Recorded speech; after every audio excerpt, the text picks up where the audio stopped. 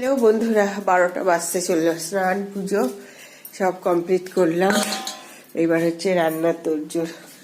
রান্নাতে লাউটা বানিয়ে রেখেছি, আর হবে মাছ। আজকে ইলিশ মাছ আর করবো না, এটা হবে না, এই মাছটা হবে।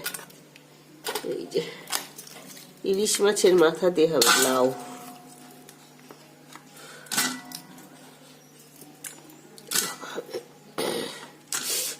দুটো এই মাছ পড়ে আছে, বরফ হয়ে আছে, একদম পুরো বরফ। আর কি হবে দেখি, এখন দেখবো আর কি বাড়াই, মাছটা করবো। সবজি সব বানিয়ে নিয়েছি, লাউ শসা ভাজা, মাছে নুন হলুদ মাখানো হয়ে গেছে। এদিকে মাছও ভাজতে দিয়ে দিয়েছি। কাজেরি মাছ হবে আজকে, হচ্ছে দিয়ে দিয়েছি। এদিকে শাক বসিয়ে দিয়েছি, এটা হচ্ছে কাজেরি মাছ হবে, মূলো দিয়ে কাজেরি মাছ। তো চলছে আমার রান্না।